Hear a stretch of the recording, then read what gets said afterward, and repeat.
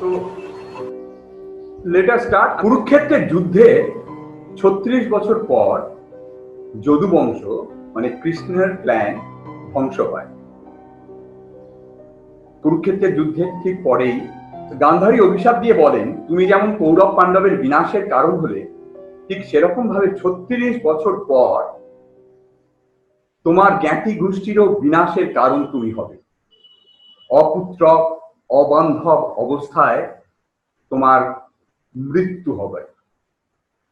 কৃষ্ণ হেসে বলেছিলেন, দেবী, আপনার যেটা অবশ্যম্ভাবী, আপনার অভিশাপে তাই উত্তর হলো।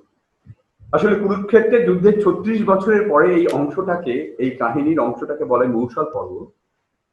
বুদ্ধদেব বসুর একটা বিখ্যাত নাটক আছে কাল সন্ধ্যা, ক্লাসিক, এই পর্বটাকে নিয়ে আমার ভীষণ প্রিয়। সেই কাল সন্ধ্যা নাটকের একদম শেষের একটা ছোট্ট অংশ আমরা শুরুতে পাঠ করছি। কেন জানি আমাদের মনে বা আমার মনে হচ্ছে বা আমাদের মনে হচ্ছে যে আজকের যে আমাদের আড্ডা সভা, আলোচনা সভা, সেখানে এটা অনুঘটকের কাজ করতে পারে। বলাই বাহুল্য যে এই যদু বংশের ধ্বংস পেরিয়ে এই কাহিনীর ইঙ্গিত আরো বহুদূর প্রসারিত। এর মর্মে মানব ইতিহাসে আদি সত্য লুকিয়ে আছে।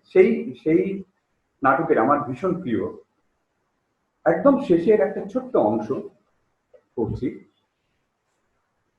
কৃষ্ণ ওই ধ্বংসস্তূপের উপর দাঁড়িয়ে অর্জুনের সঙ্গে কথা বলছেন। অর্জুনকে তিনি ডেকে পাঠিয়েছেন। অর্জুন এসে অবিশ্বাস যে, কৃষ্ণ, এ কি করে সম্ভব? তুমি থাকতে, কৃষ্ণ তুমি। কৃষ্ণ বলেন, অর্জুন, তুমি মহিলাদের, বৃদ্ধদের আর বয়স্কদের নিয়ে হস্তিনাপুরে যাত্রা করো। অর্জুন তখন বলে, না, তুমি যাবে না? বলে, না, এখন থেকে তোমার আমার পথ ভিন্ন। সে কি করে সম্ভব? তুমি আমার সখা, আমার সারথি, আমার সবটা। এবার থেকে নিজের কর্ম নিজে করো, তোমার আমার পথ ভিন্ন। বলে কৃষ্ণ অন্তর্হিত হলেন। অর্জুন তাদের নিয়ে যাত্রা করে জঙ্গলের পথে। জঙ্গলের পথে দস্যুরা সমস্ত কিছু লুট করে নিয়ে চলে যায়। মহিলাদের, তাদের অত্যাচার করে। কোনো কোনো মহিলা স্বেচ্ছায় তাদের সঙ্গে যায়, সমস্ত ধন সম্পদ কেড়ে নেয়। অর্জুন এমনকি তার গান্ডীবটাও তুলতে পারে না। ধ্বস্ত, বিপর্যস্ত, শূন্য অর্জুন, মহাভারতের বিজয়ী বীরের এই অবস্থা। কোন রকমে অর্জুন তার শরীরটাকে টানতে টানতে একটা কুটিরে ঢোকে। সে কুটিরে বসে আছেন ব্যাসদেব। ব্যাসদেবকে দেখা যায় তার আশ্রমে ভূর্জপত্র ও লেখনী নিয়ে গ্রন্থ রচনায় রত। ব্যাসদেব ঘোর কৃষ্ণকায় ও কুদর্শন, তার কণ্ঠস্বর অতি গম্ভীর, ঈষৎ কর্কশ। তাকে দেখে যুবা বৃদ্ধ কিছুই মনে হয় না। তিনি যেন বয়সের অতীত, শিলাখণ্ডের মতো স্থির ও অবিচল। ধীরে শ্লথ চরণে গান্ডীবধারী অর্জুনের প্রবেশ। পিতামহ ব্যাসদেব, আমার প্রণাম নিন। আমি পার্থ, স্বনামের অযোগ্য যদিও আজ, অকৃতার্থ, ক্ষমা ভিক্ষু। বৎস, কেন এই পরিতাপ? ভাষা নেই পিতামহ, কণ্ঠ নেই করি উচ্চারণ। আমি আজ ঈর্ষা করি কর্ণ, দুর্যোধনে, মৃত্তিকায় বুক চেপে যারা নিঃসৃত রক্তের বেগে পুণ্যধামে চলে গিয়েছেন। তারা বীর, সার্থক ক্ষত্রিয়, আর আমি অর্জুন, অপ্রতিদ্বন্দ্বী, চিরকাল জয়ে নিঃসংশয়, অবশেষে জীবন মৃত। কেন এই অক্ষমতা, যার তুলনায় মৃত্যু ছিল শতগুণে বরণীয়? উর্বশীর অভিশাপ শতগুণে ছিল বরণীয়। কেন তবে ৩ মৃত্যু উত্তীর্ণ হয়েছিলাম? কেন? শুধু সম্বৎসর ব্যাপী নয়, আমরণ অচিকিৎস ক্লীবত্ব করিনি লাভ। সে কে যে ছিল না গার্হস্থ্যে বাঁধা, দিনে দিনে সংসারে মলিনতর ক্ষয়িষ্ণু? যে ছিল স্বাধীন, বিচিত্র গতি, ভ্রাম্যমান, বনবাসী, ব্রহ্মচারী, তীর্থ পর্যটক, শত্রুর সংহার কর্তা, নারীর প্রেমিক, যাকে সারা জীবন জেনেছি আমি বলে, সে কি তবে পরিত্যাজ্য, নিঃসার, নির্মোক?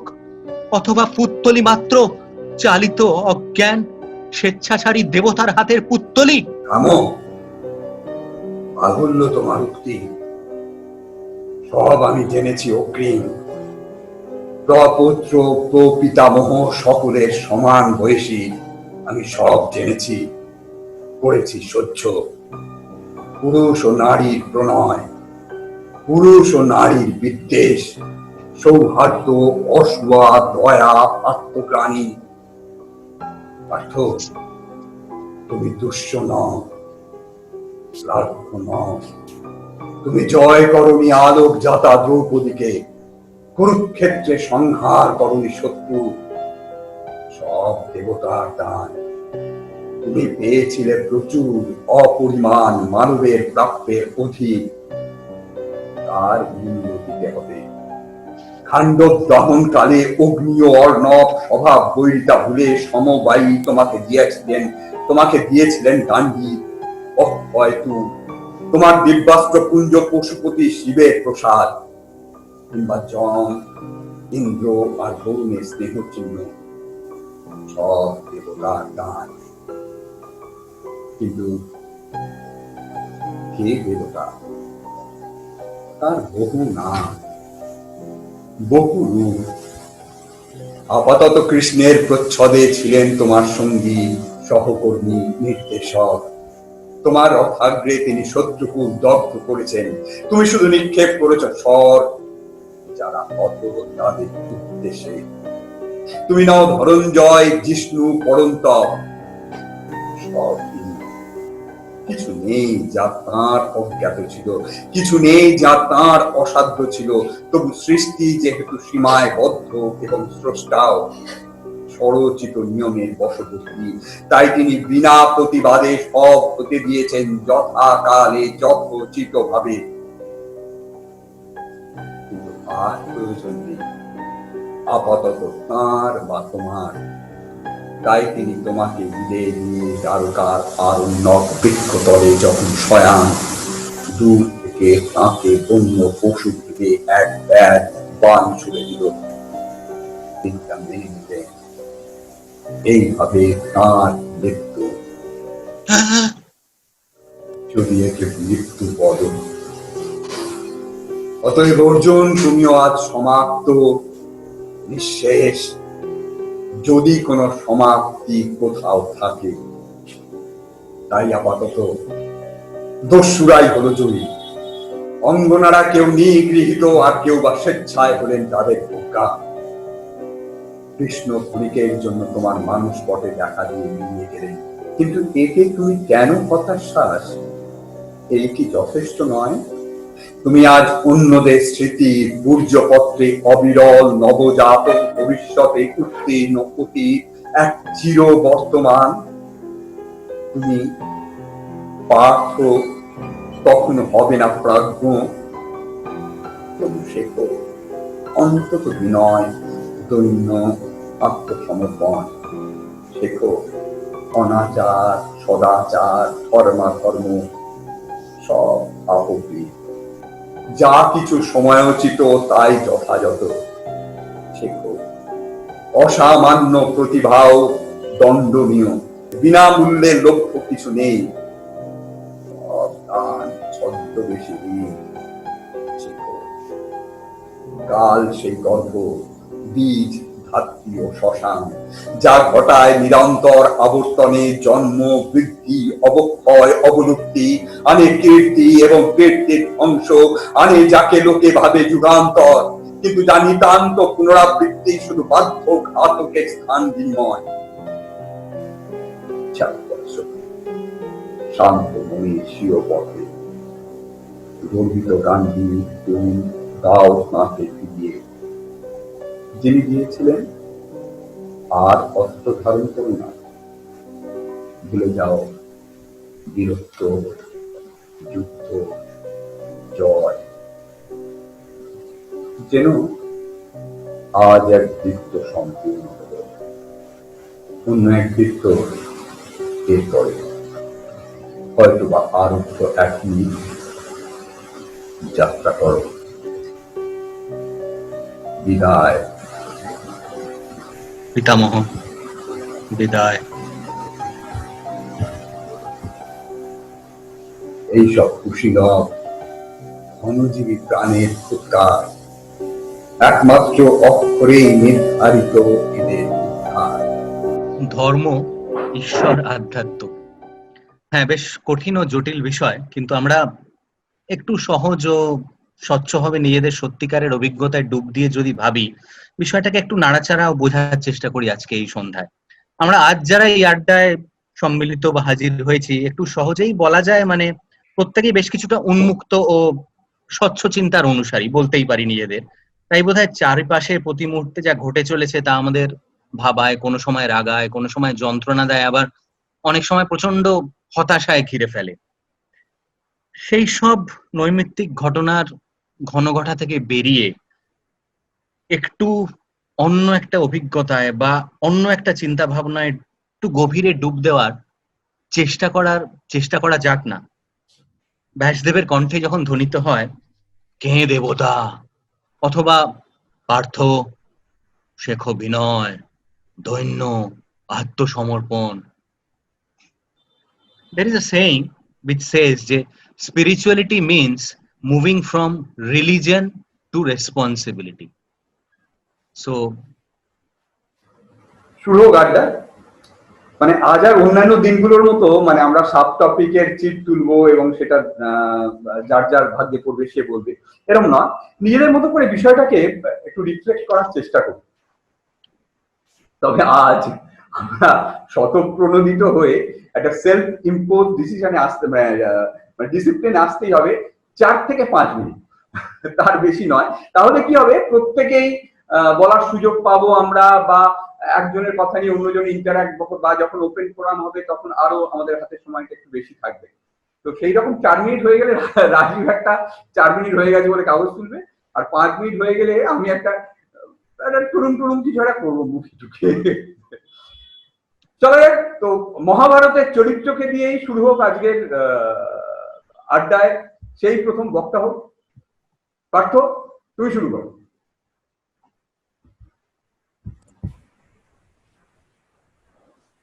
মহাভারতের চরিত্র দুজনই আছে, তুমি বা সঞ্জয়। তুমি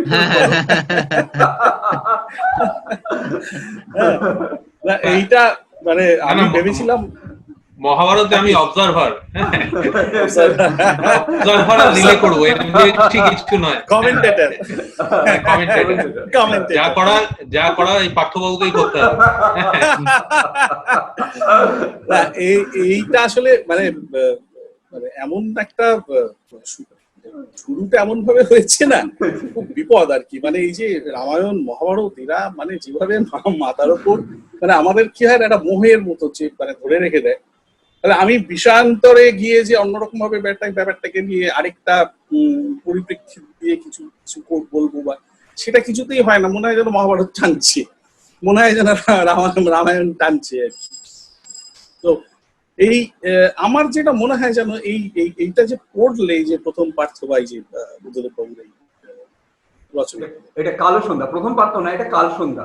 কালো সন্ধ্যা, হ্যাঁ হ্যাঁ। তো মানে এগুলো খুব আচ্ছন্ন করে রাখে তো সর্বত্র, মানে এই মুহূর্তে মানে একটা ট্রান্সের মধ্যে। মানে আমি তোমাদের পাঠ শুনছিলাম আর আমি এখন মনে হচ্ছে যেটা বলবো সেটা ওই ট্রান্সের মধ্যে থেকে বলতে মানে। আর আমার যেটা খুব ইম্পর্টেন্ট বলে মনে হয় এই ধর্ম, ঈশ্বর, আধ্যাত্মবাদ, এর একটা না কোথায় যেন একটা বেসিক প্রপ আছে। সেই প্রপটা হচ্ছে বিশ্বাস। মানে আমার কাছে না এন্টায়ার মহাভারতটা এটা মনে হয় যেন একটা অতি বিশ্বাসের ফসল, আর এন্টায়ার রামায়ণটা অবিশ্বাসের ফসল। হ্যাঁ, মানে তুমি দেখবে রামায়ণে না মানে কেউ কাউকে বিশ্বাস করে না। রাজা রানীকে বিশ্বাস করে না, রানী তার ছেলেকে বিশ্বাস করে না, তার ছেলে হনুমানকে বিশ্বাস করে না, হনুমান সুগ্রীবকে বিশ্বাস করে না। মানে পুরোটাই না অবিশ্বাসের একটা ফসল। পরবর্তীকালে রাম সীতাকে বিশ্বাস করে, মানে সবটা এরকম ভাবে চলছে। এবারে তারা কিন্তু আবার ব্রহ্মস্বরূপ বলে প্রতিষ্ঠিত হচ্ছে, যে মানুষই করেছে, তারাই ব্রহ্ম, তারাই ঈশ্বর, তারাই দেবতা, অদ্ভুত অদ্ভুত রূপকল্প নিয়ে আছে। আর আমাদের ওই 3 ক্লাস পাস করা ঠাকুর যখন বলছেন যে দেখ এমনই বিশ্বাসের জোর যে স্বয়ং বিষ্ণুর অবতার হয়ে রামচন্দ্রকে ওই সেতু বাঁধতে হলো সাগর পাড়ের জন্য, আর বেটা লেজ নিয়ে হনুমান মুখ পোড়া জয় রাম বলে 1 লাফে সাগর পার হয়ে গেল। মানে এইটা হচ্ছে বিশ্বাসের জোর, বুঝলে? তো ওই সেটা বলছেন একজন, সেও একটা পরম বিশ্বাসের জায়গা থেকে বলছে। মানে এই বিশ্বস্ত থাকা কোনো কিছুতে, মানে এটা আমাদের একটা অদ্ভুত এক্সপিরিয়েন্স হয়, জানো তো। মানে ইনফ্যাক্ট সুশান্তরও হয়। মানে ওই জন্য আমাদের বলছি, সুশান্ত বলে এটা অদ্ভুত এক্সপিরিয়েন্স হয় এই পুজোর কাজ করতে গিয়ে। এটা কিন্তু তাই না, একটা অদ্ভুত এক্সপিরিয়েন্স হয় যে যেই সূত্রে বাঁধা থাকে। মানে আমাদের মাস্টারমশাই না এরকম বলতে, মানে বাঁধনদার কথা বলছি, বলে দেখবি নাস্তিকে না ঠাকুর দেখে, নাস্তিকে ঘুরে ঘুরে মণ্ডপ দেখে।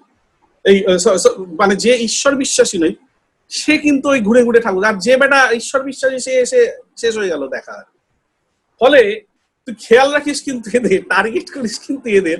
আর আমরা না এটা দেখি, এটা একটা পিকুলিয়ার, মানে এটা দেখার জিনিসটা না, এই যে চোখ দিয়ে দেখা, অনুভবে দেখা, বিশ্বস্ত থাকা। এখন যে বিশ্বাস করছে সে হয়তো বিশ্বাসের তার এমনই প্রগাঢ়ত্ব আর কি, অনেক কিছু জিনিস মিস করে যায়। কিছু কিছু ক্ষেত্রে মনে হয় অবিশ্বাসী হওয়া ভালো আর কি। মানে যদি প্রাণ ভরে দেখতে হয়, মানে সে কথাও কিন্তু পার্থর বাচন ভঙ্গিতে রয়েছে এখানে। হ্যাঁ, মানে ইভেন যখন কৃষ্ণকে বলা হচ্ছে, সেও তো এড়াতে পারেনি তার মানে তার মৃত্যুকে এড়াতে পারেনি, যদুবংশের ধ্বংসকে এড়াতে পারেনি। এসব পূর্ব নির্ধারিত, কিন্তু সেগুলো ওই পরিকল্পিত ভাবেই সবকিছু রয়েছে। বিশ্বাস আর অবিশ্বাসের মধ্যে একটা দোদুল্যমান জায়গায় আমরা অবস্থান করি, সেটা ধর্ম, অস্তিত্ব, আধ্যাত্মবাদ, ঈশ্বর সবকিছুর মধ্যেই আর কি। তো আশা করবো এটাকে নিয়ে একটু এক্সটেনশন হবে। আমি আপাতত এখানে থাকবো। ওই যে আমি আরেকটু বলি গৌতম, যেটা বলছিলাম যে অবিশ্বাস, দেখবে মহাভারত কিন্তু না অতি বিশ্বাস। মানে ধৃতরাষ্ট্র দুর্যোধনকে অতি বিশ্বাস করে, দুর্যোধন কর্ণকে অতি বিশ্বাস করে, বিদুর সঞ্জয়কে অতি, মানে সবটা মিলে না, সবটাই না এ আগে বিশ্বাস করে, ওখানে অবিশ্বাসের মানে জায়গা রূপকল্প। সেই জন্য আমার মনে হয় না বেসিক একটা প্যারামিটার বিশ্বস্ত থাকা। মানে আমি যাই দেখি, যাই কোথাও একটা যেন বিশ্বস্ত থাকার একটা প্ররোচনা থাকা উচিত। কিছু কিছু ক্ষেত্রে অবশ্য আমার একটু অবিশ্বাসী হলেও চলে, মানে একেবারেই, মানে আদারওয়াইজ এরকম কথাই বা থাকবে কেন? যদ্যপি আমার গুরু সুরি বাড়ি যায়, তথাপি আমার গুরু নিত্যানন্দ রায়, বুঝলে? একটা এক্সটেনশন হোক। না, তুমি যেখানে ছাড়লে সেখানে অদ্ভুত, মানে আরো একটা লেয়ার খুলে গেল। হ্যাঁ, তো এটা নিয়ে কি এক্সটেনশন করবে? চলো। হ্যাঁ, অভিজ্ঞতা হাত তুলেছে। হ্যাঁ হ্যাঁ, অভিজ্ঞ আনমিউট করো। সবাইকে নমস্কার, দেখা হয়ে ভালো লাগছে সবার সাথে। আমি একটু পার্থদার কথা সূত্রে দুটো খুব কথা বললেন যে ওই রামায়ণ হচ্ছে একটা অবিশ্বাসের টেক্সট আর মহাভারতের মধ্যে, এইখানে আমি এই কথাটা মানে পুরোটা কভার করে না, কারণ এর নানা রকম ব্যতিক্রম আছে এর মধ্যে, যে কারণে মানে রামকে নিয়ে যেমন অনেক অ্যান্টি হিরো আমাদের তৈরি হয়েছে, অনেকগুলো বয়ান তৈরি হয়েছে, আমাদের সাহিত্যে আছে, ইয়েতে আছে।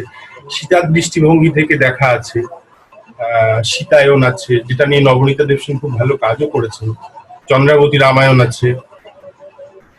কিন্তু একটা জিনিস এটাও সত্যি যে রামায়ণ বিশ্বাসেরও ব্যাপার আছে, যেমন হনুমান তো পুরো বিশ্বাসের উপরেই, যেটা আপনিও নিজেই বললেন। ফলে এটা সেলফ কন্ট্রাডিক্টরি জিনিস রামায়ণের মধ্যে আছে, মহাভারতের মধ্যেও আছে। মহাভারতের মধ্যে একটা বিশাল অবিশ্বাসের বাতাবরণ না থাকলে কুরুক্ষেত্র যুদ্ধ কি হতে পারতো? কুরুক্ষেত্র যুদ্ধই হতো না। ফলে এইভাবে সাদা কালোয় ভাগ করা যাবে না যে রামায়ণটা অবিশ্বাসের জিনিস আর মহাভারতটা। অ্যাকচুয়ালি আমার যেটা মনে হয়, কিছু না, এটা স্বাভাবিকভাবেই মানে পরম্পরাগত ভাবে নানাভাবে আমাদের কাছে আসে, সেটা আমার মনে হওয়া আলাদা করে কিছু ব্যাপার না। যে রামায়ণের ক্ষেত্রে রামের যে বিশ্বস্ততা পুরুষ হিসেবে, এক নারীর প্রতি তার যে বিশ্বস্ততা, দ্বিতীয় কোনো নারী নেই তার জীবনে, এইটা কিন্তু খুব একটা মানে কাউন্টেবল পয়েন্ট। যে বিশ্বস্ততার কথা আজও রামকে যে কারণে আদর্শ স্বামী হিসেবে গ্রামের মানে গ্রাম ভারতবর্ষ এখনো স্মরণ করে, যারা বিশ্বাসী পার্থদার কথা, এইরকম উদাহরণ কিন্তু নেই যে একজন পুরুষ এক নারীতেই আসক্ত, তার দ্বিতীয় কোনো নারী নেই জীবনে, এরকম পুরুষ কিন্তু আমাদের মহাকাব্যে বা পুরাণে নেই। এটা একটা কথা। দ্বিতীয় কথা হচ্ছে যে বিশ্বাস অবিশ্বাসের যে ব্যাপারটা, সেটাও আর একটা কথা। অবিশ্বাস আর বিশ্বাসের দুটিকে ভেঙে ফেললে ব্যাপারটা একটা যেন মানে একটা বাইনারি অপোজিশন তৈরি হয়। আসলে সাদা কালোয় নয়, ভাগ হয় না তো জীবন, সবাই জানি আমরা। আমাদের সবসময় এরকম গ্রে জোনে আমাদের থাকতে হয়, যেখানে আমরা সম্পূর্ণ কোনো কিছুকে বিশ্বাস বা সম্পূর্ণ কোনো কিছুকে অবিশ্বাস করতে পারি না। একটা অ্যাম্বিগুইটি থাকেই সবসময়, এবং ইনটিউশন কাজ করে নানা রকম। আমাদের জীবনের ক্ষেত্রে বলছি, এটা আমাদের জীবনের প্রতি মুহূর্তে হয়। তো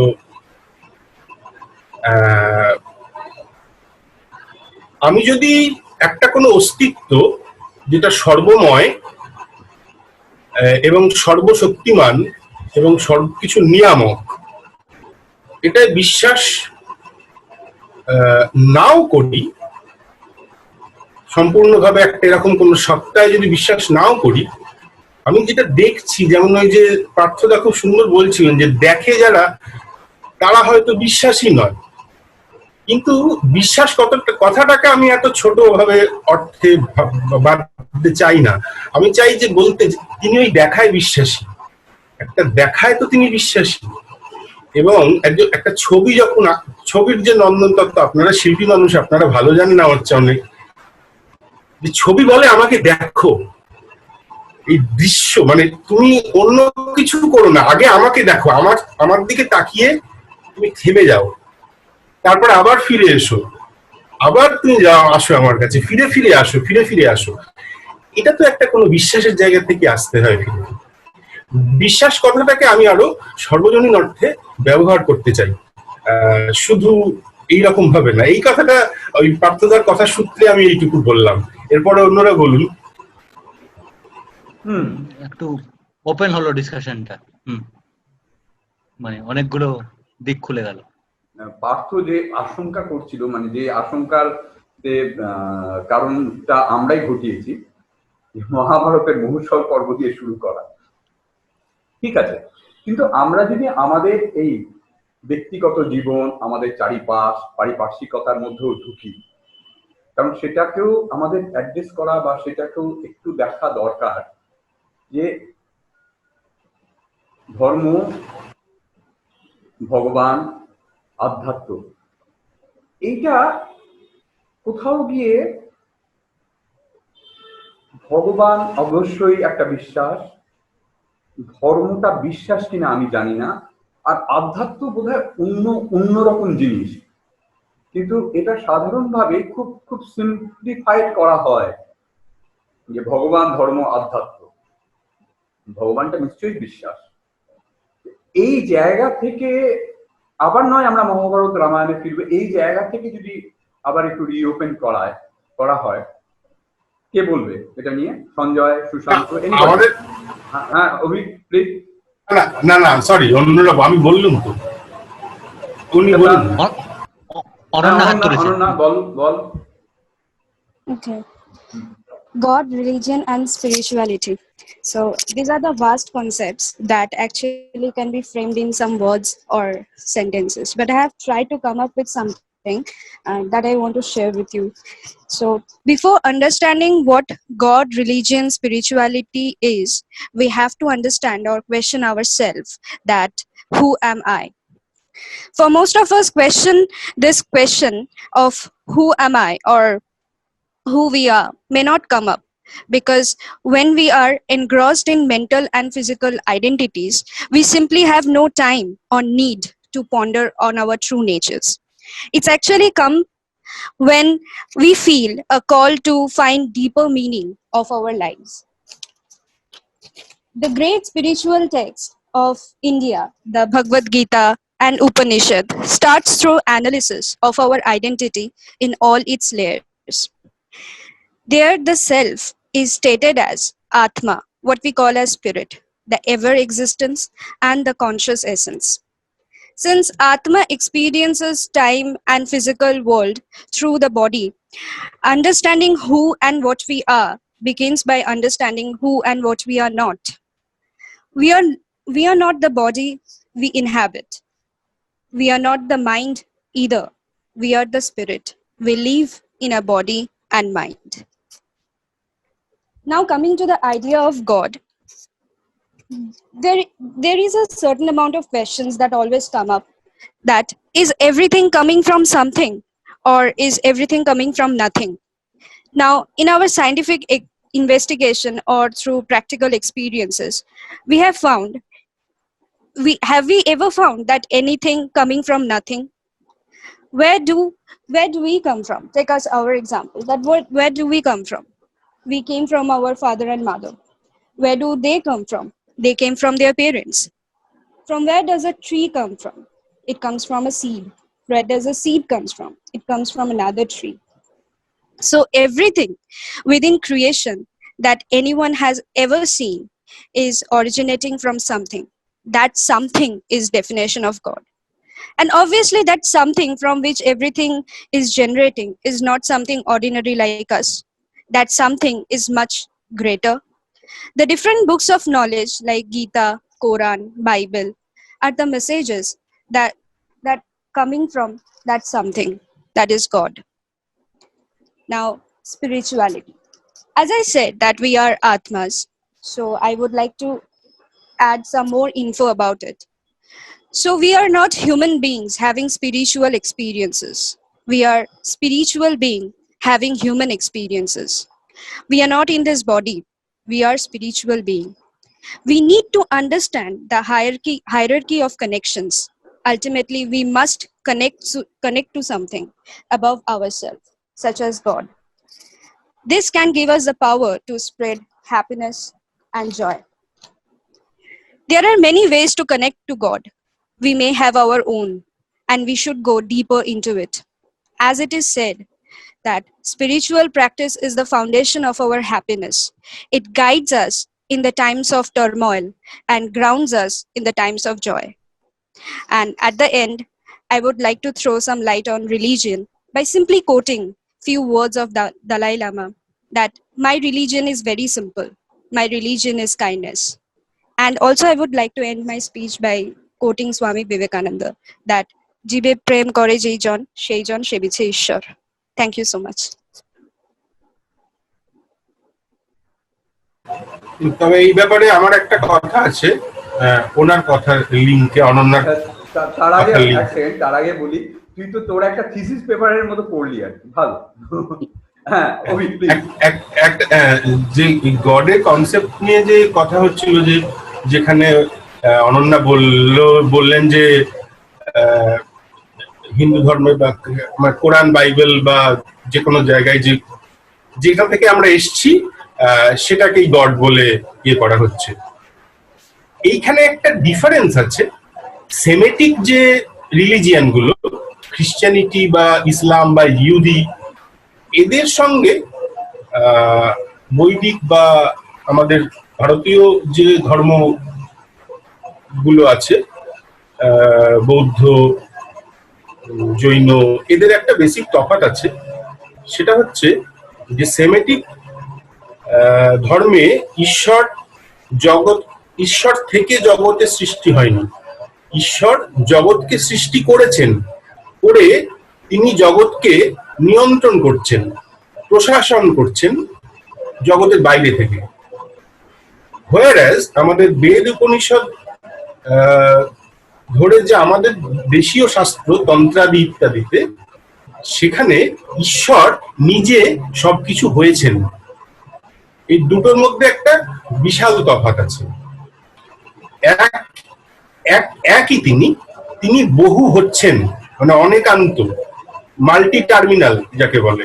একটা জিনিস তার মাল্টি টার্মিনাল সে। আর সেমেটিক ধর্মগুলোতে কিন্তু তা নয়, তিনি হচ্ছেন না, তিনি করছেন এবং তিনি বাইরে আছেন তার। ফলে যে কারণে ইসলামেও আপনারা দেখবেন, বা ইসলামে সেটা এখন আরো কঠোর ভাবে হয়, কিন্তু সব জায়গাতেই আছে, মূর্তি পূজার বিরোধী তারা। তারা মনে করেন যে খ্রিস্টানিটির মধ্যেও আছে, সেটা ইহুদিদের মধ্যেও আছে, ইহুদিদের মধ্যে আছে, কিন্তু মানে সেমেটিক ধর্মগুলোর এটাই প্রধান ইয়ে হচ্ছে যে তারা মনে করেন যে কোনো কিছুকে ঈশ্বর বলে মানলে বা ভগবান বলে মানলে সেটা একটা পাপ হয়।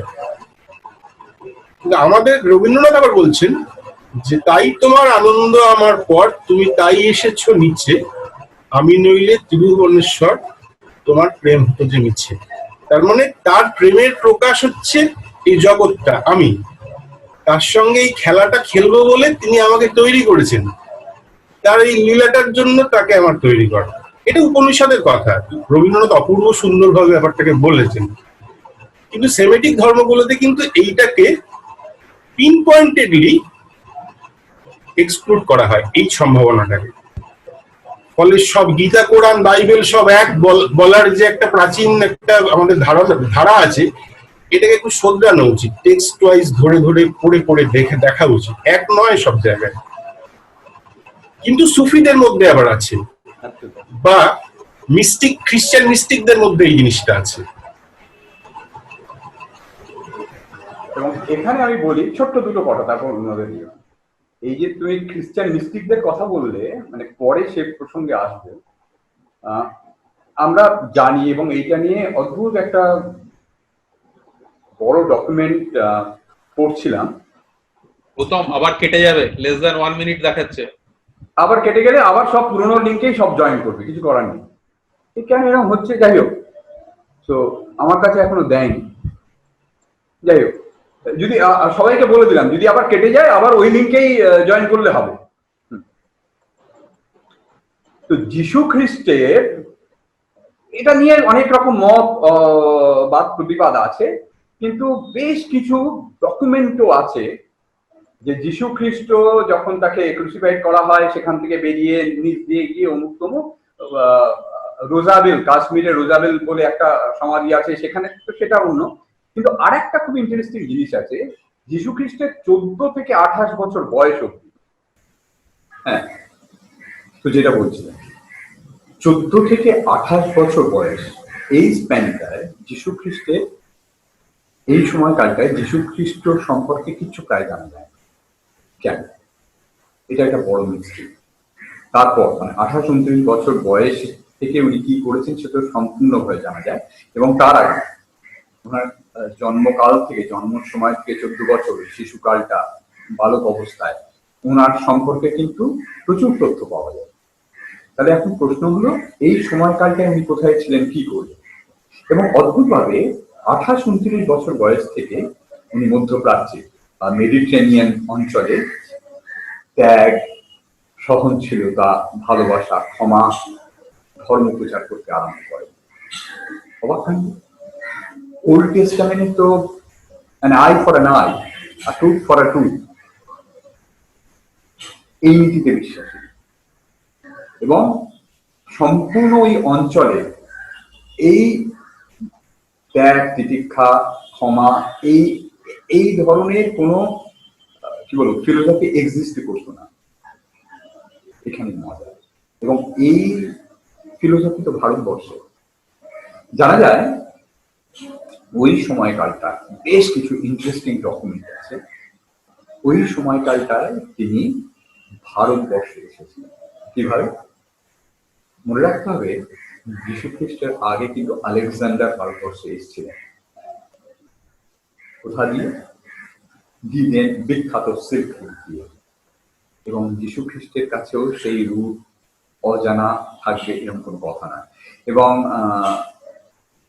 উনি বেশ কিছু তখনকার দিনের বণিক মানুষদের সঙ্গে কিন্তু ওই পথে মিডল ইস্ট, ইরান, আফগানিস্তান হয়ে লাদাখে পৌঁছন। লাদাখের হিমিস মনাস্ট্রিতে তিনি বেশ কিছু কাজ ছিলেন। তারপর ভারতবর্ষের অনেকগুলো জায়গায় গেছেন, তিনি অধ্যয়ন করেছেন। মনে রাখতে হবে, ভারতবর্ষ সেই সময় দিলেন, তখনকার ভারতবর্ষ কিন্তু সম্পদে, জ্ঞানে, আধ্যাত্মিকতায় মানে প্রাচুর্যের সমাহার।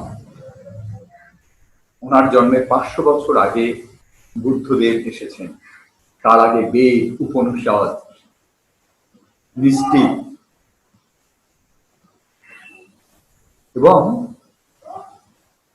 উনি বেশ কিছু ডকুমেন্ট পাওয়া যায়। এমিস মনাস্ট্রিতে কিছু ডকুমেন্ট আছে, নথি আছে, অরিজিনাল ডকুমেন্ট লাসার, তিব্বতের লাসার এক গ্রামের এক মনাস্ট্রিতে আছে। প্লাস কাশ্মীর ও তিব্বত ভ্রমণ গ্রন্থে পরিব্রাজক স্বামী অভেদানন্দের এই নিয়ে, বিশেষ করে রোজাবেল যেটা বলছিলাম যে উনার ক্রুসিফাইড এর পর উনি কিভাবে ভারতবর্ষে চলে এসেছিলেন এবং তারপর শেষ সময়টা ওখানে থাকেন, এই নিয়ে অনেক তর্ক বিতর্ক আছে, কিন্তু ভীষণ ইন্টারেস্টিং বেশ কিছু ডকুমেন্টসও আছে। এবং আমাদের যে গ্রুপটা আছে হাউটুলি, সেখানে এইটা নিয়ে একটা বড় বই, অদ্ভুত অদ্ভুত ব্যাপার। তো এটা নিয়ে আমি আরো পড়াশোনা করছি, করার ইচ্ছে আছে। তো তোমাদের আপনাদের সবাইকে জানালাম। Thank you. মানে এই যে এই টেকনোলজিটা আবার যারা ওই কাছে পৌঁছতে পারে সে ওইটা দেখতে পায় যে আমার কোথায় শেষ হবে। এই যে মহাপুরুষরা যে ওটা সঞ্জয়ের ডিউটি, তো মহাভারতে সঞ্জয়ের ওটাই ডিউটি ছিল, সঞ্জয় ডিউটি। এবং এই যে ধরো এই যে বলছে এই যে আমরা পৃথিবীতে কখন আসছি আর কখন যাব, এইটা কিন্তু না আমাদের হাতে কিছু যেমন নেই, সেরকম আবার পুরোটাই আমাদের হাতে। এবং যারা সেই জায়গায় রিচ করতে পারে, এই যারা যে সঞ্জয়দার মতো টেকনোলজিটাকে জানতে পারে, তারা কিন্তু বুঝতে পারে যে আমার কিন্তু এবার সমাধিস্থ হবার বা আমার এই দেহটা, এই যে দেহটা তো আমার একটা জাস্ট আমার একটা লাগেজের মতো। কিন্তু আসল যেটা ওই উনি বলছিলেন অনন্যা, যে এই যে আমার ভিতরের যে ওই মানে আত্মাটা, সেইটাকে কিন্তু বহন করছে আমার এই শরীরটা। এবং এই শরীরটা যখন আমার মনে হয় যখন আমরা এখানে আসি পৃথিবীতে, তখনও কিন্তু সেটা ওর মধ্যে থাকে যে অবস্থাতে, সুপ্ত অবস্থাতে। আর যখন সে বেরিয়ে যায় তার কিন্তু কোনো চেঞ্জেস হয় না, শুধু চেঞ্জ হয় হচ্ছে বাইরের আউটার ফর্মটা, এইটাই কিন্তু শেপ নেয়।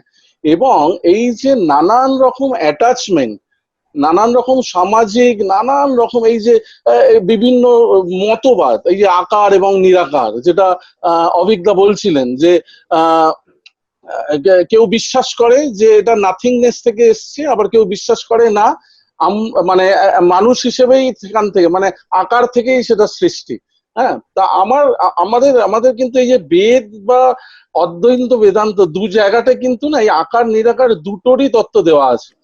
যে মেন জায়গাটা হচ্ছে যে ওই হু অ্যাম আই যে বললো না একটু আগে, যে সেই প্রশ্নটা খুব ইম্পর্টেন্ট, যে আমি যখন এখানে আসছি বা এই প্রত্যেকটা মানে লিভিং বিইংস আমরা যে পৃথিবীর মধ্যে কানেক্ট করতে পারছি। এবং খুব আশ্চর্যভাবে এটা এবং আমরা এই যে পার্থদাও বলছিল আমরা যে কাজটা করি সেটাও কিন্তু না ওই স্পিরিচুয়াল রিলিজিয়ান এই বিষয়গুলোকে নিয়েই নাড়াচাড়া করি সারা বছর ধরে। এবং সেইটা করতে গিয়ে মানে অনেক কিছু জানতে জানতে জানতে জানতে না আস্তে আস্তে ওই যে বলে না পেঁয়াজের খোসাটা সারাতে সারাতে ভেতরে গিয়ে আলটিমেট কিন্তু সেখানে কিচ্ছু থাকে না, ব্ল্যাঙ্ক। তা সুতরাং এই আবার কিন্তু ওই পেঁয়াজটা যখন তৈরি হয় ওই খোসাগুলো হতে হতেই তবে ওই শেপটা নেয়। তা এটা পুরো একটা সাইকেলের মতো, মানে আমি যখন আসছি পৃথিবীতে একটা নিরাকার ফর্ম হয়ে তার মধ্যে কোনো কিছু ব্যাগেজ থাকে না, কোনো কিছু লাগেজ থাকে না। এবং এই সমাজে আমি যে আধারে তৈরি হচ্ছি, মানে আজকের আমি মানে আমার জন্মসূত্রে আমি একজন হিন্দু ঘরে মানে সোকল কোট আনকোট, আমি সেটা তো একদম বিশ্বাস করি না, কারণ আমি মানব জীবনটাতেই বিশ্বাস করি, যেটা ওই অনন্যা শেষ করলো, জীবে প্রেম করে যেইজন সেইজন সেবিছে ঈশ্বর। তো ঈশ্বরের জায়গাটা কিন্তু নিরাকার অলওয়েজ, হ্যাঁ, সেই ফর্মটা সেটা আমরা কেউ দেখিনি সেটা। এবং ওই আমি যেটা বলছিলাম যে কোট আনকোট আমি ওই হিন্দু ঘরে জন্মেছিলাম বলে ওই যেদিন থেকে আমার মধ্যে আমি চোখ খুলেছি, আমার জ্ঞান হয়েছে, সেই দিন থেকে এই হিন্দু সোকল ধর্ম রিলিজিয়ান তার যে সিস্টেম সের মধ্যে আমি পড়ে গেছি। এবং তার আচার, তার ব্যবহার, তার আনুষঙ্গিক সব বিষয়গুলো আমি আমার আমার আমার মধ্যে ওই পেঁয়াজের খোসার মতো ওগুলো কিন্তু আস্তে আস্তে না আমাকে তৈরি করছে। কিন্তু আলটিমেট কিন্তু আমার ভেতরে না ওই নিরাকার ব্ল্যাঙ্কনেসটাই আছে। কিন্তু আবার আমি যদি কোট আনকোট ওই একটা মুসলিম ঘরে বা ওই ঘরে যদি আমি বা খ্রিস্টানিটি যারা বিলিভ করে সেই জায়গায় যদি আমি বড় মানে জন্মাতাম, মানে সেই আধার হয়ে যদি আমি আসতাম পৃথিবীতে, সেইখানে কিন্তু ওই ব্যাগেজ গুলো আমাকে ওই অনিয়নটাকে তৈরি করছে। এবার বিষয়টা হচ্ছে এই অনিয়ন গুলো তৈরি হচ্ছে, এই সাইকেলটা তৈরি হচ্ছে, এই ব্যাগেজটা তৈরি হচ্ছে, এবং এইটা থেকে অ্যাজ এ হিউম্যান বিইং আমার কিন্তু কোশ্চেনের জায়গাটা ওঠাই যে আমি তাহলে কে? আমি কি অ্যাকচুয়াল এইটা যে এই বিলিফ গুলোর মধ্যে রয়েছে, বা এই বিলিফটা কি আমার উপর চাপিয়ে দেওয়া হচ্ছে? হ্যাঁ, তা সেই জায়গাটাকে আনভিল করতে গেলে আমাকে কিন্তু না ওই ব্যাগেজ গুলোকে আবার মানে ডিঅ্যাটাচ করতে হবে। এই যে অ্যাটাচমেন্ট থেকে ডিঅ্যাটাচমেন্ট হওয়াটা, এটাই কিন্তু জীবন। এবং আমার মনে হয় যারা ওই ডিঅ্যাটাচমেন্টটা এই জীবদ্দশায় করতে পারে, তারাই কিন্তু ওই সঞ্জয়দার মতো ওই 1 মিনিটটা দেখতে পারে, যে এই 1 মিনিটের একটা মানে রিমাইন্ডার দেওয়া হচ্ছে। কিন্তু ম্যাক্সিমাম মানুষ, মানে 99.99% মানুষ কিন্তু যার জীবদ্দশায় সে জানতেই পারে না সে কি, তার ক্ষমতাটা কি, মানে তার সে মানে কি, তার ওই যে তার যে আমি সুশান্ত পাল হচ্ছে আমার হচ্ছে ওই মোড়কটা, কিন্তু আমার ভেতরের যে কোয়ালিটিসটা বা ভেতরের ওই যে সত্তাটা, সেইটার সঙ্গে যতক্ষণ না আমার সুশান্ত পালটাকে আমি লিঙ্ক করতে পারবো, ততক্ষণ কিন্তু আমার এই জীবনে আমি তাকে রিচ করতে পারবো না, এবং ততক্ষণ কিন্তু মানে আমি সবার থেকে আলাদা হতে পারবো না। আজকে মানে আমি একটা কাজ করেছিলাম, মানে এবং আমি বিগত কয়েক বছর ধরে যেসব কাজ করছি সবকটা কাজেরই কিন্তু এই বিষয়, এই আধ্যাত্মবাদ, জীবন এবং এই ধর্ম সকল। তাই আমি একটা কাজ করেছিলাম যে অন্তঃসার, যে হু অ্যাম আই।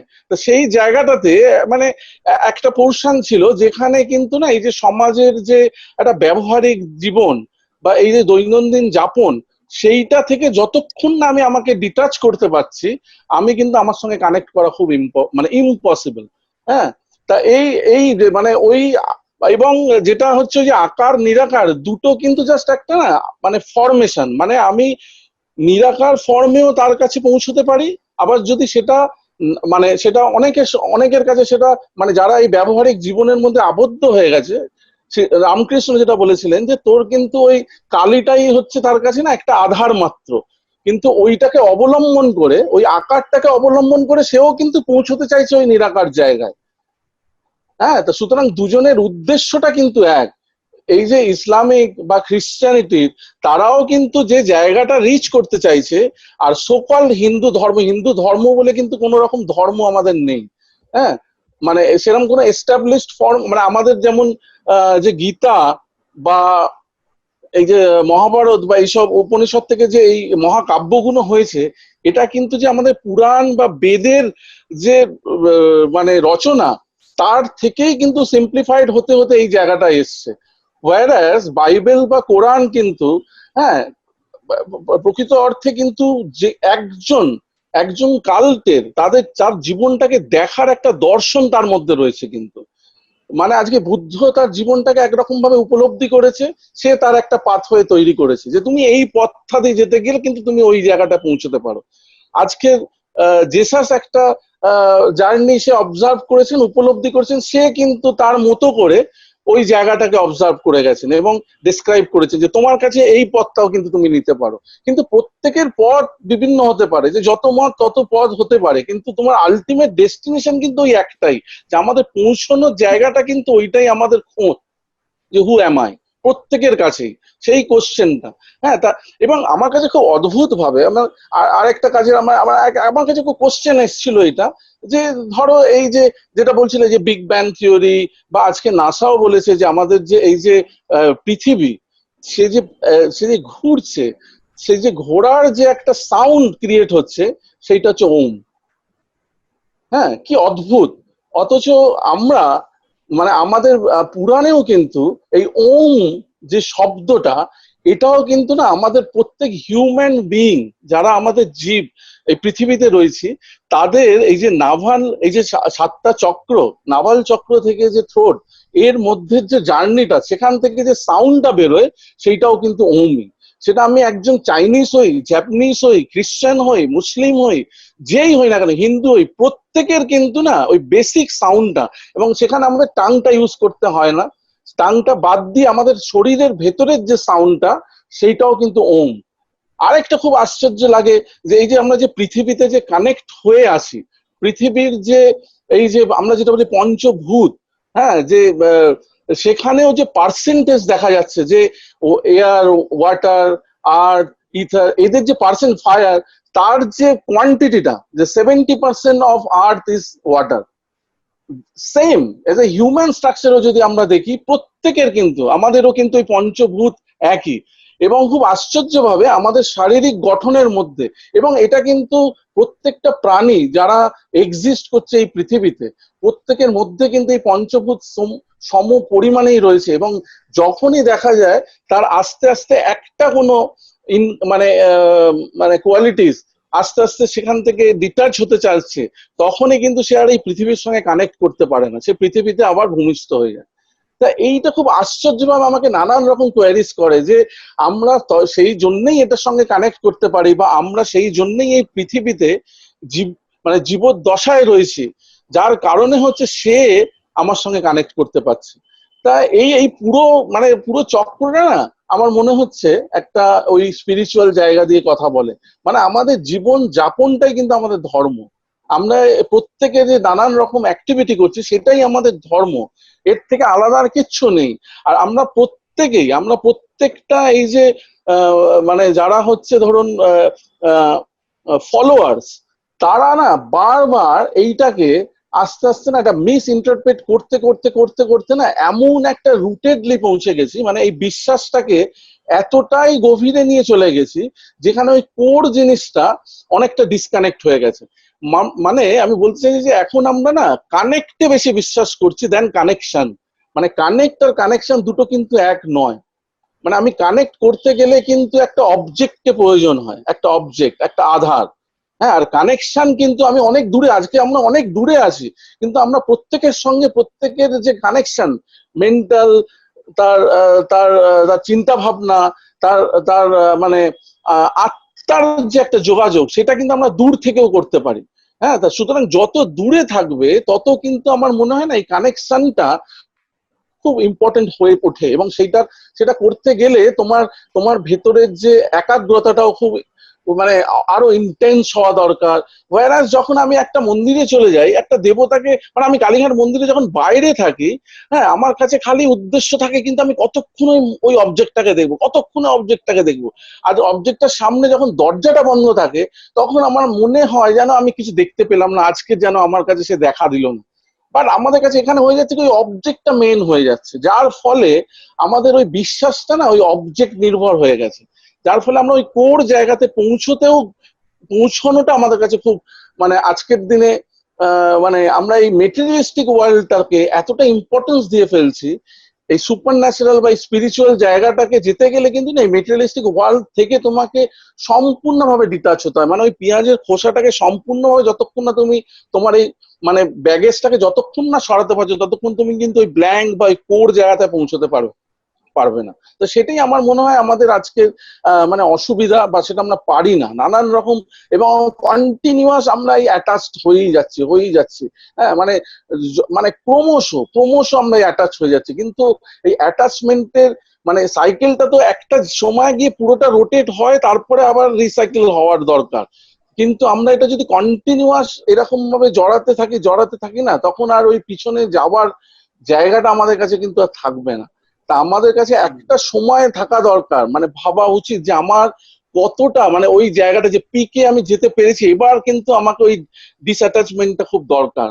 হ্যাঁ, এবং সেইটা আস্তে আস্তে যারা আমরা করতে পারি, হয়তো কিছুটা হলেও আমরা এই জীবদ্দশায় আমরা নিজেদেরকে অনুধাবন করতে পারি। এবং সেইটা মানে যারা শিল্প চর্চার মধ্যে রয়েছে জীবনটাকে, তারা মনে হয়, কারণ শিল্প বলাই যেতে পারে যে সেই এই স্পিরিচুয়াল জায়গাটাকে রিচ করা। হ্যাঁ, বিশেষ করে ধরো মিউজিক জায়গাটাকে আমি যদি বলি, মিউজিক তো ট্রুলি স্পিরিচুয়াল একটা ফর্ম অফ আর্ট, এবং সেখানে মানে সাহিত্যও তাই। কিন্তু সাহিত্যর অনেক ব্যাগেজ আছে, ভিজুয়াল আর্টের অনেক ব্যাগেজ আছে, কিন্তু মিউজিক যেটা তোমার এই ভেতর থেকে কিন্তু বেরোয়, হ্যাঁ, প্লে করে। হ্যাঁ, এবং সেই জন্য না সেটা খুব ডাইরেক্টলি কানেক্ট করা যেতে পারে আমার মনে হয়। তা সেটাই আমার মনে হয় যারা এই শিল্প চর্চার মাধ্যমে আছে না, শিল্প চর্চা করছে তাদের জীবনটার মধ্যে, তারা তাদের কাছে এটা আমার মনে হয়, এবং জীবনে বাঁচাটাও একটা শিল্প চর্চাই আমার মনে হয়। তা কিন্তু যারা দাদার মানে তাদের অবজারভেশনটাকে এক্সপ্রেস করতে পারে এবং এক্সপ্রেশনের জায়গাটা নিজের মতো করে খোঁজার চেষ্টা করে, তারাই কিন্তু না মানে নিজেদের এস্টাবলিশ করতে পারে। এবং ওই নিজেদের এস্টাবলিশ করাটাই কিন্তু না ওই ঈশ্বরের কাছে পৌঁছানো, এবং তারাই আমাদের কাছে প্রকৃত ঈশ্বর। মানে আমার কাছে রবীন্দ্রনাথ একজন ঈশ্বর, আমার কাছে যামিনী রায় একজন ঈশ্বর, আমার কাছে ভ্যান গগ একজন ঈশ্বর, আমার কাছে মারাদোনা একজন ঈশ্বর। কারণ তারা তাদের ফর্মটা, তাদের হু ইজ মারাদোনা, আজকের সবাই একসঙ্গে বল নিয়ে খেলছে, তার মধ্যে একজন কেন মারাদোনা হয়ে যাচ্ছে? কারণ সে তার ওই কোয়ালিটিসটা এক্সপ্লোর করতে পেরেছে সে। এবং এইটা তারাই পারে যারা ওই জায়গাটাকে পৌঁছতে পারে, যারা ওই ব্যাগেজটাকে সরিয়ে দিতে পারে, যারা ওই আকারটাকে নিরাকার করে দিতে পারে, তারাই কিন্তু পারে। আজকে কিন্তু সে মারাদোনা যখন মাঠে নামছে, সে কিন্তু তার কাছে সেই মারাদোনা কোনো ফ্যাক্টরি নয়, কোনো ফ্যাক্টর নয় তার কাছে। সে একজন হিউম্যান বিইং, সে তার পারফরমেন্সটা করছে, পারফরমেন্সের মধ্যে দিয়ে সেই জায়গাটা পৌঁছাবার চেষ্টা করছে, সেটাই তার ধর্ম। আমার কাছে সেটা মনে হয়, সেটাই তার স্পিরিচুয়ালিটি।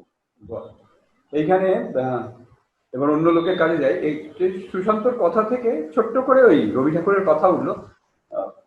রবি ঠাকুরের চিঠির সম্পদ তো মানে আমরা সবাই জানি, তার গান, কবিতা, লেখা, ছবি আঁকা, কিন্তু তার চিঠির সম্পদটাও তো অসামান্য। চিঠি থেকে কতগুলো ইন্টারেস্টিং মানে মানে সবকিছুই ইন্টারেস্টিং। তো এই আজকের সম্পর্কিত কয়েকটা জিনিস আমি জাস্ট দেখছিলাম। আমার কাছে অদ্ভুত একটা কালেকশন আছে, মানে রবি ঠাকুরের শুধু চিঠির একটা কালেকশন। এখানে বলছেন, এবং মাইন্ড দ্যাট এটা ওই 100 বছর আগে বলছেন, যে আজ আর কোনো সাম্প্রদায়িক ধর্মেই আধ্যাত্মিক প্রাণ শোণিত প্রবাহিত হয় না। যে মুহূর্তে আমরা ধর্মের সারবস্তু ঐক্যের নীতিকে সংকীর্ণ করি এবং তাকে একটা স্থানীয় রূপ দিই, তখন এটা মারাত্মক অস্ত্রে পরিণত হয়, যা আমাদেরকে পৃথিবীর বাকি অংশ থেকে বিচ্ছিন্ন করে ফেলে। ঝঞ্ঝা, বন্যা, আগ্নেয়গিরির উৎসরণ, মহামারী, অনেক রকম প্রাকৃতিক ভয়াবহ জিনিস আছে, কিন্তু সমগ্র মানব ইতিহাসে ধর্মের ভয়াবহতার সঙ্গে তুলনীয় আমরা কিচ্ছু খুঁজে পাই না। আর একটা জায়গায় মানে রামমোহন রায় ওই সেইখানে একটা বক্তৃতার দিতে গিয়ে উনি বলছেন যে বাহ্য আচার মানুষে মানুষে ভেদ ঘটিয়ে প্রাচীর তুলে বেড়ায়। মানব প্রেমকে, ঈশ্বর দত্ত বুদ্ধিকে অবজ্ঞা করে শাস্ত্রের অক্ষর বাঁচাবার জন্য খুনোখুনি করতে অগ্রসর হয়, তাকে বর্জন করে নাস্তিক অধার্মিক পদবি নিতে আমার কোনো সংকোচ নেই।